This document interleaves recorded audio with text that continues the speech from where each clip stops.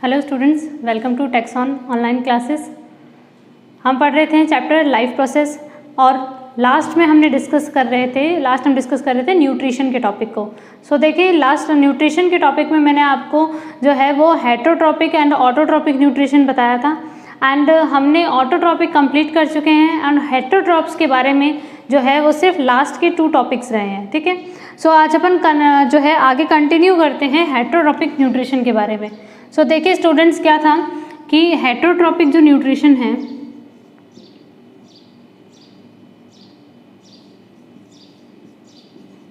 Heterotrophic nutrition जिसमें organism अपना food किसी अदर ऑर्गेनिज्म से गेन करते हैं। ठीक है, किसी अदर ऑर्गेनिज्म से अपना फूड गेन करेंगे। ठीक है, जिसके अंदर हमने पैरासिटिक कंडीशन पढ़ चुके हैं। सबसे पहले हमने पढ़ा पैरासिटिक को। ठीक है, आप लोगों को रिवीजन करना होगा, आप लास्ट लेक्चर को देखकर रिवीजन कीजिएगा। पैरासिटिक न्यूट्रिशन, देन हमने पढ़ा सैप्रोफाइट्स को, सैप्रोफाइट्स, फिर मैंने आपको पढ़ाए थे सिम्बायोटिक। ठीक है, सिम्बायोटिक। अब है आज इंसेक्टिवोरस, इंसेक्टिवोरस। अब देखिए स्टूडेंट, अब अगला आता है, हम पढ़ चुके हैं सिम्बायोटिक तक, अब आते हैं insectivorous type of heterotrophic nutrition. देखो होता क्या है कि जो इंसेक्टिवोरस न्यूट्रिशन होता है ये जनरली प्लांट्स के अंदर पाया जाता है। ठीक है, सो देखिए ये जो चैप्टर है लाइफ प्रोसेस का, उसमें आपको प्लांट्स एंड ह्यूमन बींग्स दोनों के लिए पैरेलल लेके चलनी पड़ेगी चीज़ें। ठीक है, तो जैसे हम न्यूट्रिशन पढ़ रहे हैं तो प्लांट्स में भी पढ़ेंगे, एनिमल्स में भी पढ़ेंगे। तो अब आते हैं अपन इंसेक्टिवोरस पे। देखिए कुछ ऐसे प्लांट्स होते हैं जो कि इंसेक्ट को डाइजेस्ट कर सकते हैं। ठीक है, अब आप सोचोगे कि मैडम हमने ये तो बहुत सुना है कि एनिमल्स जो हैं वो प्लांट्स को खाते हैं, लेकिन कभी प्लांट्स भी एनिमल्स को डाइजेस्ट कर सकते हैं, खा सकते हैं? तो बिल्कुल खा सकते हैं ऐसा। ठीक है, सो देखिए क्या होता है कि कुछ ऐसे प्लांट्स हैं जैसे पिचर प्लांट। ठीक है, पिचर प्लांट, इसके अलावा ब्लैडरवर्ट, ब्लैडरवर्ट, ये 2 ऐसे प्लांट होते हैं स्टूडेंट्स। ठीक है, ब्लैडरवर्ट को यूट्रिकुलेरिया भी कहते हैं, utricularia, utricularia plant. So bladderwort and pitcher plant जो होते हैं, ठीक है, ये क्या करते हैं कि इनकी जो बॉडी होती है, ठीक है, इनकी बॉडी जो है वो थोड़ी सी मॉडिफाइड हो जाती है। जैसे कि हम पिचर प्लांट की बात करते हैं। देखिए पिचर प्लांट में क्या होता है, जो इसकी लीफ है ना, ठीक है, लीफ वो कुछ इस तरीके से एक घड़े के जैसे हो जाती है। ठीक है ना, एक घड़े के जैसी हो जाती है। हिंदी में इसको बोलते हैं घटपर्णी पादप। ठीक है, इसको बोलते हैं घटपर्णी पादप। ठीक है, यानी घड़े के समान हो जाता है। जिस तरीके से हमारे क्या होता है कि घरों में घड़ा होता है, अब घड़े के ऊपर जो है वो अपन एक ढक्कन लगा के रखते हैं, तो बिल्कुल उसी तरीके से इसमें क्या होगा कि इसकी जो लीफ होगी, ठीक है, कंप्लीट लीफ जो है वो ये इस तरीके से एक पिक्चर की तरह हो जाएगी। ठीक है, घड़े के जैसे हो जाएगी और साथ में इसके ऊपर जो है वो लीफ का ही पार्ट जो है वो एक ढक्कन के समान फंक्शन करेगा। अब जैसे ही कोई भी इंसेक्ट है, ठीक है, कोई भी इंसेक्ट जो है वो इसके अंदर आएगा, ठीक है ना, और ऑब्वियसली बात है कलरफुल होगा, तो कलरफुल होगा तो इंसेक्ट तो अट्रैक्ट होते ही हैं, तो उसे लगेगा कि फ्लावर है और वो नेक्टर लेने के लिए अंदर आएगा। जैसे ही ये इंसेक्ट अंदर आएगा तो ये जो ऊपर का जो ढक्कन था वो बंद हो जाएगा। अब वो इंसेक्ट को ट्रैप कर लिया गया। इंसेक्ट को ट्रैप करने के बाद जो है अब वो उसका डाइजेस्ट कर लेगा अंदर ही अंदर। ठीक है, ऐसा होता है। अब देखो स्टूडेंट्स, क्या है कि पिचर प्लांट इसी तरीके से ब्लैडरवर्ट के अंदर भी होता है। तो पिचर प्लांट जो है इसने क्या कर लिया कि इंसेक्ट को पहले तो ट्रैप किया अट्रैक्ट करके, और फिर उसके बाद में उसका डाइजेशन कर लिया। अब ये जो डाइजेशन है ना, ये क्यों करता है, रीज़न क्या है इसके पीछे? क्योंकि देखो प्लांट्स जो हैं वो तो फोटोसिंथेसिस करते ही हैं, अपना फूड खुद बनाते ही हैं, फिर उनको क्या ज़रूरत पड़ गई इंसेक्ट्स को खाने की? तो ध्यान रखिएगा कि इंसेक्टिवोरस प्लांट्स जो होते हैं ये नाइट्रोजन की पूर्ति के लिए, ठीक है, नाइट्रोजन लेने के लिए ये एक तरीके का नाइट्रोजन गेनिंग प्रोसेस है, ये ध्यान रख लेना। होता क्या है, देखो बहुत कॉमन सी बात है, बहुत इंपॉर्टेंट है। देखो हमारी बॉडी में या प्लांट की बॉडी में किसी में भी नाइट्रोजन की बहुत रिक्वायरमेंट होती है। ठीक है, बिकॉज देखिए नाइट्रोजन जो है वो प्रोटीन का एक कंपोनेंट है, तो प्रोटीन का निर्माण जो होता है वो नाइट्रोजन की मदद से होता है। और अगर आज हम हमारी बात करें तो हम तो प्लांट से ही सारा न्यूट्रिशन लेते हैं, तो प्लांट्स जो हैं अब वो बेचारे नाइट्रोजन कहाँ से लेंगे? सो वो क्या करते हैं, या तो सॉइल से, ठीक है, या तो वो सॉइल से नाइट्रोजन को ले लेंगे या फिर इंसेक्ट से ले लेंगे। क्योंकि देखो अगर मैं कहती हूँ कि हमारे अंदर प्रोटीन है, ठीक है, तो एक इंसेक्ट जो एनिमल है उसमें भी तो प्रोटीन होगा। अब नाइट्रोजन उसमें भी होगी, प्रोटीन है तो जब इंसेक्ट को डाइजेस्ट कर लेंगे, क्योंकि बड़े बड़े एनिमल्स को तो कर नहीं सकते, इंसेक्ट को जब डाइजेस्ट कर लेंगे वो, तो उनकी बॉडी जब डीकम्पोज होगी इसके अंदर, तो वो नाइट्रोजन सारी प्लांट को मिल जाएगी। तो नाइट्रोजन की जो रिक्वायरमेंट है प्लांट को या हमें, दोनों को इसलिए होती है ताकि प्रोटीन फॉर्मेशन बॉडी में किया जा सके, ठीक है, for protein formation inside the body. ये क्वेश्चन पूछा जाता है, एनटीएससी के अंदर पूछा गया क्वेश्चन है कि why insectivorous plant digest insects, ठीक है, तो क्या रीज़न है? वो रीज़न है नाइट्रोजन की पूर्ति के लिए, ठीक है, नाइट्रोजन उनको चाहिए होती है, इस वजह से ऐसे करते हैं। इसी के साथ साथ फोटोसिंथेसिस भी करते हैं, ऐसी बात नहीं है कि फोटोसिंथेसिस नहीं होगा, हो सकता है इनके अंदर। तो इंसेक्टिवोरस प्लांट जो है ये किसी ना किसी तरह से दूसरों से फूड तो ले ही रहे हैं, ठीक है, तो इसका मतलब हेटेरोट्रॉपिक न्यूट्रिशन में भी प्लांट्स आ सकते हैं, ये क्लियर रखना। अब अपन देखते हैं यहाँ पर लास्ट आता है होलोजोइक टाइप ऑफ, ठीक है, होलोजोइक को हिंदी में बोलते हैं हम पूर्णभंजी प्रकार का विषमपोषी पोषण। होलोजोइक टाइप का न्यूट्रिशन क्या होता है? देखो जो विषमपोषी पोषण है, ठीक है, विषमपोषी पोषण है, तो हेटेरोट्रॉपिक न्यूट्रिशन के अंदर क्या होता है कि होलोजोइक टाइप का जो न्यूट्रिशन है ना, ये सबसे ज़्यादा कॉमन है, ठीक है, सबसे ज़्यादा एक तरह से कह सकते हो आप, सबसे ज़्यादा डेवलप है, विकसित है, ठीक है। कैसे? देखो होलोजोइक न्यूट्रिशन जो है वो इसका एग्जाम्पल है ह्यूमन बींग्स, मनुष्य, तो आप बहुत आसानी से समझ सकेंगे अब क्या होता है। आप समझिएगा, देखो ह्यूमन बींग्स जो होते हैं ना, वो फूड को स्टेप बाय स्टेप जो है वो डाइजेस्ट करेंगे एंड स्टेप बाय स्टेप अपना न्यूट्रिशन करते हैं। तो इस न्यूट्रिशन में सबसे पहले जो है वो आता है इंजेशन ऑफ फूड, भोजन को ग्रहण करना, भोजन को ग्रहण करना। सेकंड आता है digestion of food, digestion of food, भोजन का पाचन, भोजन का पाचन, ठीक है। तीसरा आता है absorption of food, absorption of food, इसको हटाते हैं हम।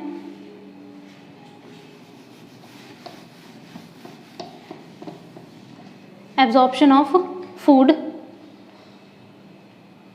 यानी भोजन का अवशोषण करना, ठीक है ना, क्या करना? भोजन का अवशोषण, पाचन, एब्जॉर्प्शन को बोलते हैं अपन अवशोषण, भोजन का अवशोषण। एक सेकेंड,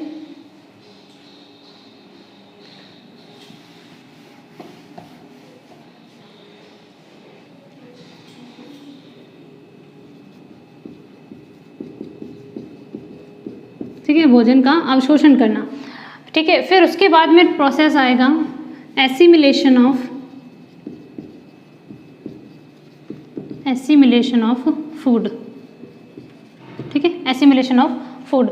अब देखो क्या चीज़ होती है, एक बात समझना, जो होलोजोइक न्यूट्रिशन है ना, उसका मीनिंग होता है कि पूरे खाने को पहले आप अपनी बॉडी के अंदर लो, ठीक है, कंप्लीट पहले बॉडी के अंदर लो, देन उसका छोटे छोटे पीसेस में उसको ब्रेक डाउन कर लीजिए, ठीक है। फिर उसके बाद में उसको जब वो बिल्कुल सिंपलीफाई फॉर्म में आ जाएगा तो उसको ब्लड में एब्जॉर्ब कर लो, ब्लड में एब्जॉर्ब कर लीजिए एंड देन ब्लड में एब्जॉर्ब करने के बाद आपको पता है ये ब्लड तो पूरी बॉडी में फूड को पहुंचा देगा।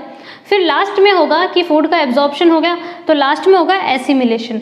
एसिमिलेशन का मतलब होता है कि फूड का यूटिलाइजेशन, ठीक है, कि बॉडी के अंदर जैसे ही ब्लड के थ्रू सभी सेल्स में फूड पहुंच जाएगा तो फूड सेल्स जो होती हैं वो हर फूड को अपनी अपनी नीड के अकॉर्डिंग यूज़ करती है, ठीक है, ऐसा होगा। तो देखिए सबसे पहले हम क्या करते हैं, इंजेक्शन करते हैं फूड का, फूड को अंदर लिया, ओके, फूड को डाइजेस्ट किया, देन फूड को एब्जॉर्ब किया, ब्लड के अंदर डाला, फिर ब्लड के थ्रू होते हुए सेल्स में पहुंचा और कोशिकाओं से यानी सेल्स के अंदर जो है उस फूड का यूटिलाइजेशन होगा। तो एसिमिलेशन का मतलब होता है यूटिलाइजेशन ऑफ फूड ठीक है, यानी भोजन का उपयोग करना, कि भोजन का उपयोग क्या क्या होता है ये वैसे अपन डिटेल में पढ़ेंगे जब मैं आपको ह्यूमंस के अंदर डाइजेशन पढ़ाऊंगी, कंप्लीट न्यूट्रिशन ह्यूमंस में, सब अपन यहाँ डिटेल में पढ़ेंगे। अभी बस इतना बता सकती हूँ कि जैसे हम जो खाना खाते हैं ना, जैसे कार्बोहाइड्रेट खाया, तो कार्बोहाइड्रेट को हमारी बॉडी यूज़ करती है एनर्जी के लिए। किसके लिए? एनर्जी के लिए। और हमारी जो फैट होती है, फैट को बॉडी हमारी यूज़ करती है जैसे कि जो भी वर्न आउट पार्ट्स होते हैं हमारे, उनको हील करने के लिए। ठीक है, अगर कोई चोट है, कोई घाव बना हुआ है बॉडी में, ठीक है, कोई रिपेयरिंग करनी है सेल्स की, तो उनको रिपेयर करने में फैट का यूज़ आता है। और लास्ट वन प्रोटीन, प्रोटीन का यूज़ हमारी बॉडी ग्रोथ करने में करती है।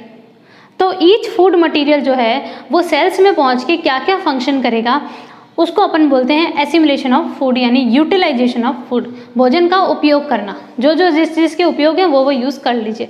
ठीक है, अब फाइनली क्या होता है कि जो हम फूड खाते हैं उसमें कोई ना कोई वेस्ट मटेरियल ज़रूर बनता है। तो वेस्ट मटेरियल को बाहर निकालते हैं, अपशिष्ट पदार्थ को, ठीक है, शरीर से बाहर निकालते हैं, तो उसको अपन बोलते हैं इजेशन। Egestion, okay. अब आप बोलोगे कि मैम उसको तो एक्सक्रीशन बोलते हैं, जब वेस्ट मटेरियल बाहर निकलता है तो उसको उत्सर्जन कहते हैं, एक्सक्रीशन।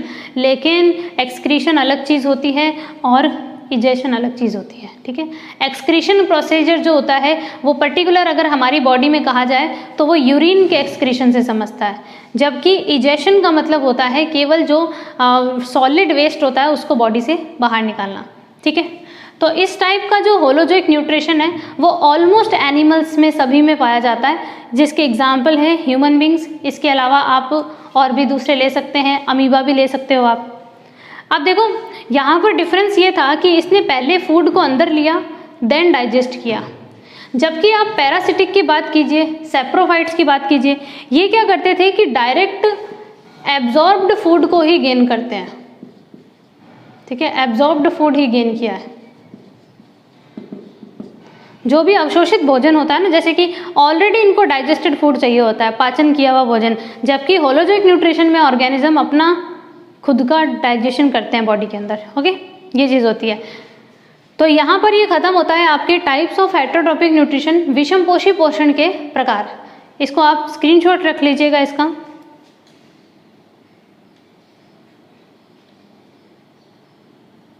ठीक है, अब नेक्स्ट हम बात करते हैं यहाँ पे।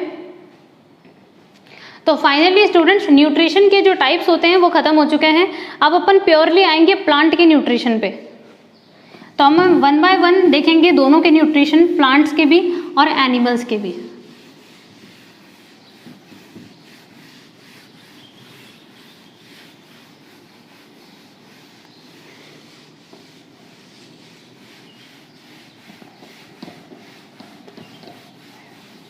देखिए, प्लांट्स जो होते हैं जनरली, ग्रीन प्लांट्स की बात की जाए तो जितने भी ग्रीन प्लांट्स होते हैं वो सब ऑटोट्रॉपिक न्यूट्रिशन शो करते हैं। ये पढ़ चुके हो आप लोग।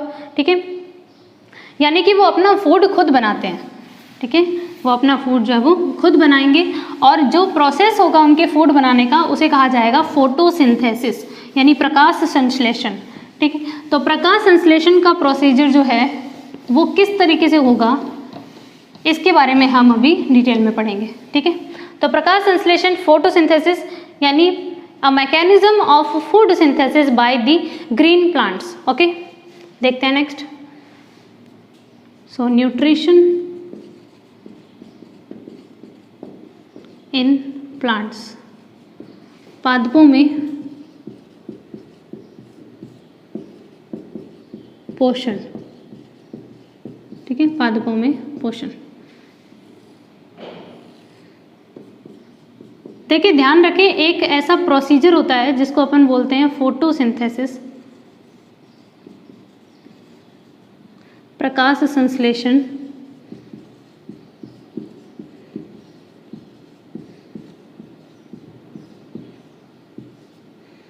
इसके द्वारा प्लांट्स जो है वो अपना फूड खुद बना लेते हैं।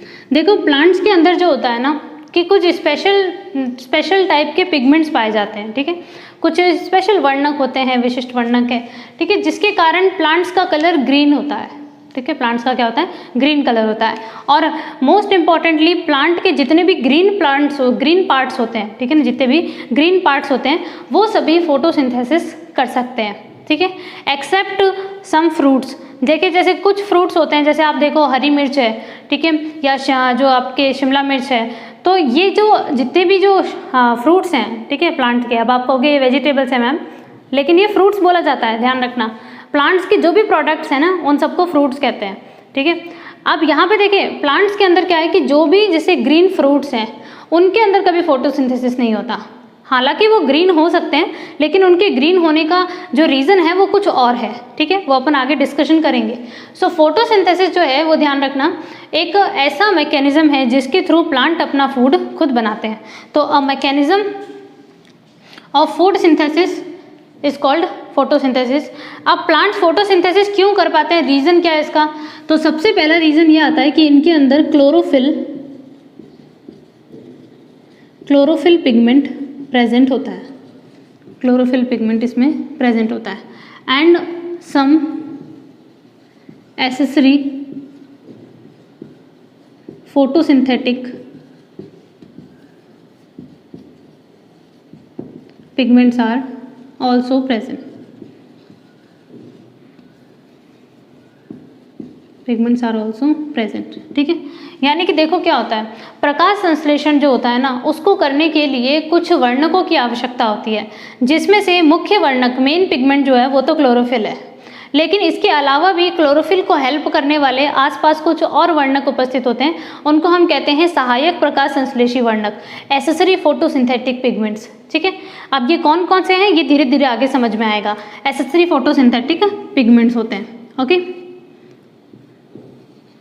देखेंगे पहले अपन कि क्लोरोफिल्स जो है उसका क्या फंक्शन है, उससे अपन एसेसरी फोटोसिंथेटिक पिगमेंट्स भी देख लेंगे। तो यहाँ पर ये इसका मेन रीज़न है, ओके। अब देखो, अब बात क्या आती है कि भाई मैम ऐसा क्या है क्लोरोफिल के अंदर फोटोसिंथेटिक पिगमेंट्स में जो आज वो फोटोसिंथेसिस कर सकते हैं, हम नहीं कर सकते। सिर्फ ग्रीन कलर का होना थोड़ी डिपेंड करता है।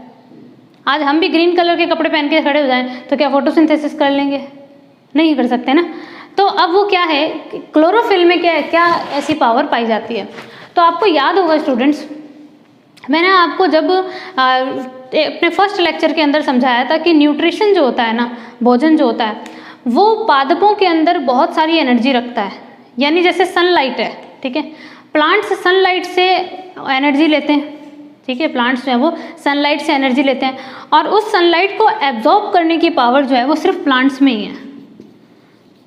प्लांट्स जो है ना वो हमारी फूड चेन पर पहले नंबर पे हैं, ये ध्यान रखना, प्रोड्यूसर्स होते हैं, उत्पादक हैं। तो ये सनलाइट की जो एनर्जी है, जो ऊर्जा है, ठीक है, इस ऊर्जा का उपयोग ये कर रहे हैं, समझे। तो जितनी भी एनर्जी है वो प्लांट्स क्या करते हैं कि सनलाइट की ले लेंगे, लेकिन वो अलग बात है कि ये सनलाइट की पूरी एनर्जी नहीं ले सकते। अब आप मुझे कमेंट बॉक्स में लिख के भेजेंगे कि प्लांट्स सनलाइट की कितनी % एनर्जी का यूज़ करते हैं, ठीक है ना। कमेंट बॉक्स में लिख देना कितनी % एनर्जी का यूज़ करते हैं प्लांट, ठीक है, सनलाइट की। तो आगे बढ़ते हैं अपन। सो देखें, सनलाइट जो है वो प्लांट्स एब्जॉर्ब कर लेंगे, ठीक है, और प्लांट्स एब्जॉर्ब करेंगे तो एनर्जी ले लेंगे, और उस एनर्जी का यूज़ ये फूड बनाने में करते हैं, ठीक है ना, एनर्जी का यूज़ करते हैं फूड बनाने में, ठीक। अब आते हैं अपन, तो प्लांट्स के अंदर जो है ना ये जो क्लोरोफिल पिगमेंट और जो एसेसरी फोटोसिंथेटिक पिगमेंट है, इन्हीं के अंदर पावर होती है इस सनलाइट की एनर्जी को ट्रैप करने का, इस एनर्जी को गेन करने का, ठीक है ना। अब आप सोचोगे अच्छा ये रीज़न है। अब हमारे अंदर तो क्या है कि हमें तो पूरा फूड चाहिए भाई, हम तो अपनी बॉडी से सोच के देखना, आप जब आप घरों में खाना पकाते हैं तो आप जो घरों में गैस सिलेंडर वगैरह से जो भी आप एनर्जी ले रहे हैं ना फूड को बनाने के लिए, तो वो एनर्जी आपने बाहर लगाई है, अपनी बॉडी से बाहर बना है आपका खाना, ठीक है। तो आप भी घरों में खाना तो बना रहे हो लेकिन अभी भी बॉडी से बाहर बन रहा है खाना, तो उसमें भी तो आप कोई ना कोई फ्यूल दे रहे हो ना, चूल्हे पे बना रहे हो, गैस पे बना रहे हो, किस पे बना रहे हो। तो कहने का मतलब फूड को बनाने के लिए हमेशा एनर्जी देनी पड़ती है, और हमारे अंदर एनर्जी हम किसी से ले ही नहीं सकते एनर्जी। सो इसी वजह से हम क्या करते हैं, वो एनर्जी जो है वो ट्रैप नहीं कर सकते। सो प्लांट्स में क्लोरोफिल थे, इसी वजह से वो सनलाइट की एनर्जी को ट्रैप कर सके, ओके, ये ध्यान रखना। तो क्लोरोफिल का काम होता है एब्जॉर्प्शन ऑफ सनलाइट, क्या फंक्शन होगा इसका? एब्जॉर्प्शन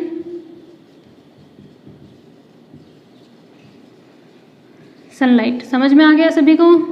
ठीक है, समझ में आ गया भाई। ठीक है, सूर्य प्रकाश को अवशोषित करना या सूर्य की ऊर्जा को अवशोषित करना, एनर्जी को एब्जॉर्ब करना।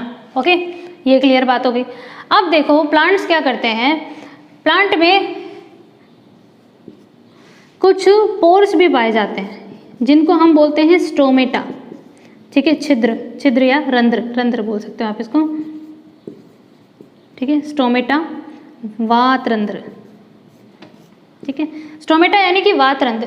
प्लांट्स के अंदर जो लीव्स हैं, ठीक है, या फिर हर्बेशियस स्टेम है, उनके अंदर आपको स्टोमेटा देखने को मिलेंगे। छोटे छोटे पोर्स मिलते हैं जिनके थ्रू प्लांट्स एनवायरनमेंट से गैसेस को जो है वो ले सकते हैं। ठीक है, तो स्टोमेटा जो होते हैं एक छोटे छोटे से पोर्स होते हैं लीफ के ऊपर, आपने जनरली देखे होंगे अपर एंड लोअर सरफेस के ऊपर। ठीक है, लीफ में तो एक लीफ जो होती है, ठीक है, एक लीफ की बात करते हैं हम।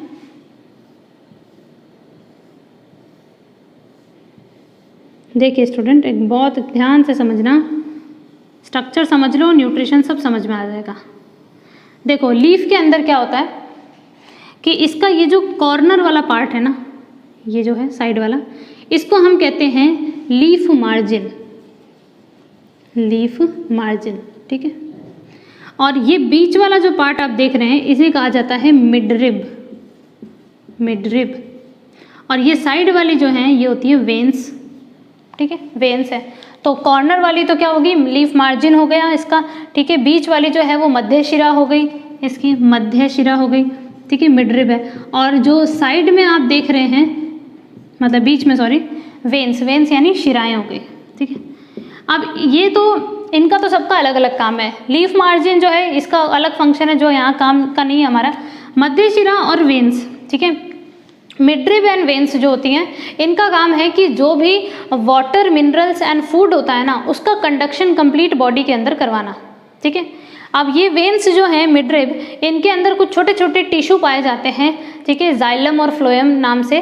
तो जाइलम टिश्यू जो होते हैं वो फूड का जाइलम जो है वो वाटर और मिनरल का कंडक्शन करेंगे एंड फ्लोएम जो है वो फूड का कंडक्शन करेंगे। सब आएगा आगे जब अपन सर्कुलेशन टॉपिक पढ़ेंगे। ठीक है, कोई दिक्कत नहीं है, लाइफ प्रोसेस में ही है टॉपिक। सो अब यहाँ पर वेन्स जो होती हैं, मिडरिब और वेन्स जो है ये बेसिकली वेस्कुलेशन का काम करती है, संवहन का। अब आते हैं इसमें जो बीच में जो पार्ट बच गया, देखो लीफ का ये वाला जो पार्ट है इसे कहा जाता है लेमिना। ठीक है, ये जो आप बीच में पार्ट देखते हैं, जो इसका मोस्टली सारा ग्रीन पार्ट यही होता है। ठीक है, तो इस ग्रीन पार्ट को हम बोलते हैं लेमिना।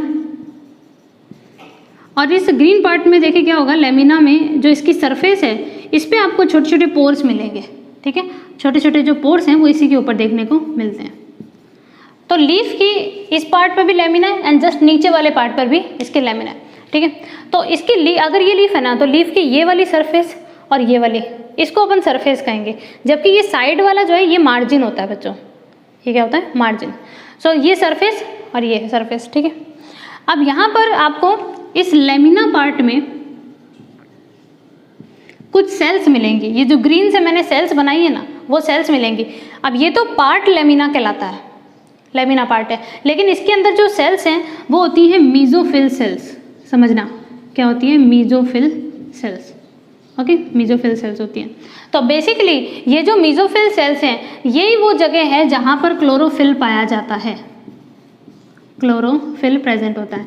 आप बहुत अच्छे से समझ जाओगे आप लोग कि क्लोरोफिल कहाँ प्रेजेंट होता है। तो chlorophyll is present in the mesophyll cells of lamina. ठीक है, तो मीजोफिल सेल्स में पाया जाएगा क्लोरोफिल।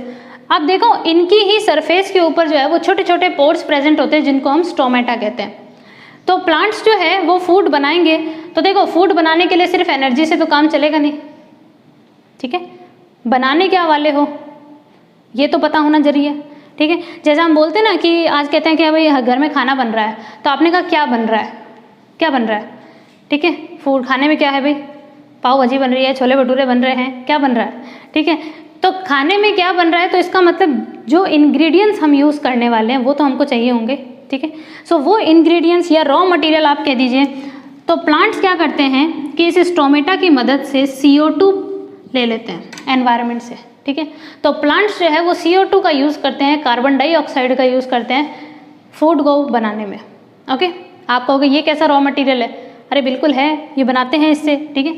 तो एनर्जी तो आ गई सनलाइट से, साथ साथ में इनका रॉ मटेरियल होता है CO2, ठीक है, यानी कार्बन डाइऑक्साइड। CO2 यानी कि कार्बन डाइऑक्साइड, ठीक है, ये यूज़ करते हैं।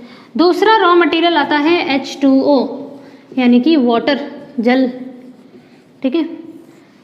तो देखिए जो प्लांट्स फूड बनाते हैं उनको फूड बनाने के लिए CO2 की, H2O की रिक्वायरमेंट होती है। H2O तो जल तो कहाँ से आएगा, ज़मीन से आएगा, ठीक है, ऑब्वियस सी चीज़ है, सॉइल से रूट्स ले लेंगे। और जो CO2 है वो स्टोमेटा से ले लेंगे प्लांट, छोटी छोटी, ठीक है, छोटे छोटे पोर्स हैं उससे ले लेंगे एनवायरनमेंट से।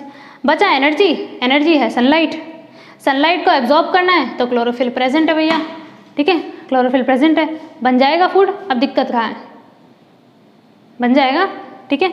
अब फूड बनता कहाँ पर है, फूड बनता है मीजोफिल सेल्स के अंदर। तो ध्यान रखिएगा मीजोफिल सेल्स जो होती है वो लीफ में पाई जाती है, क्लियर रखिएगा। तो लीफ के अंदर जो आप सुनते हैं ना, लीफ में फूड बनता है, लीफ में फूड बनता है, तो अब आप और अच्छे से समझेंगे कि मीजोफिल सेल्स के अंदर फूड बनता है, ओके, क्योंकि वहाँ पे क्लोरोफिल है। बहुत ही कॉमन सी चीज़ है, ठीक है। तो ये यहाँ पर इतनी टॉपिक हो गए। अब देखें स्टूडेंट्स, अब ये क्या करते हैं प्लांट्स जो हैं, चलें नेक्स्ट देखते हैं इसको, इक्वेशन को हटा, इक्वेशन बताते हैं आपको फोटोसिंथेसिस की।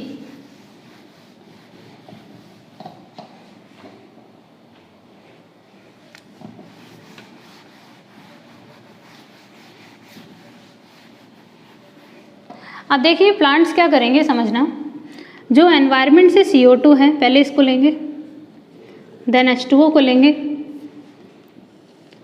सनलाइट का यूज़ करके in the presence of chlorophyll they form C6H12O6 and oxygen free हो जाएगी।